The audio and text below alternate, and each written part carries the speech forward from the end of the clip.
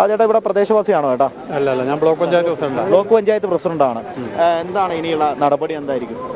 ഇപ്പം എന്താണെന്ന് പറഞ്ഞാൽ വിവരം കൊടുക്കേണ്ട മേഖലകളിലെല്ലാം വിവരം കൊടുത്തിട്ടുണ്ട്.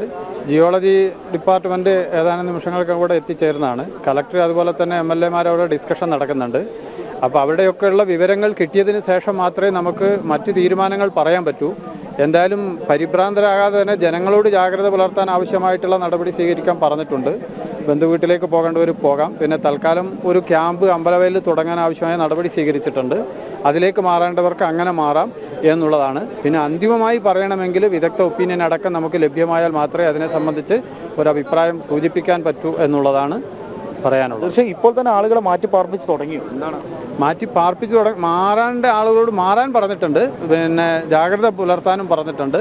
പിന്നെ അന്തിമ റിപ്പോർട്ട് കിട്ടാതെ നമുക്ക് അങ്ങനെ ഒരു ഇടപെടലിലേക്ക് പോകാൻ കഴിയില്ല എന്നുള്ളതാണ് വസ്തുത. തീർച്ചയായും ഈ ഒരു മലനിരകളെ സംബന്ധിച്ചിടത്തോളം വലിയ മലനിരകളാണ് ഈ പ്രദേശത്തുള്ളത്. അപ്പോൾ ഈ ഒരു സ്ഥലത്ത് ഇതിനു മുൻപും ഇത്തരത്തിലുള്ള പ്രകമ്പനങ്ങൾ ഉണ്ടായിട്ടുണ്ടെന്നുള്ളതാണ് പറയുന്നത് പ്രദേശവാസികൾ. ആദ്യം ചെറുതായി ഇങ്ങനെ കേട്ടിട്ടുണ്ടെന്ന് പറഞ്ഞു. പക്ഷേ ഇന്ന് വലിയ പ്രകമ്പനമാണ്. പിന്നെ ചില പ്രദേശങ്ങളിൽ ജർക്കിംഗ് അനുഭവപ്പെട്ടു എന്നും ഇവർ സൂചിപ്പിച്ചിട്ടുണ്ട്. പിന്നെ അതോടൊപ്പം തന്നെ ഇത് വിവിധ പ്രദേശങ്ങളിൽ ഇതേ രൂപത്തിലുള്ള ശബ്ദം അനുഭവപ്പെട്ടിട്ടുണ്ട് എന്ന് പറയപ്പെടുന്നു.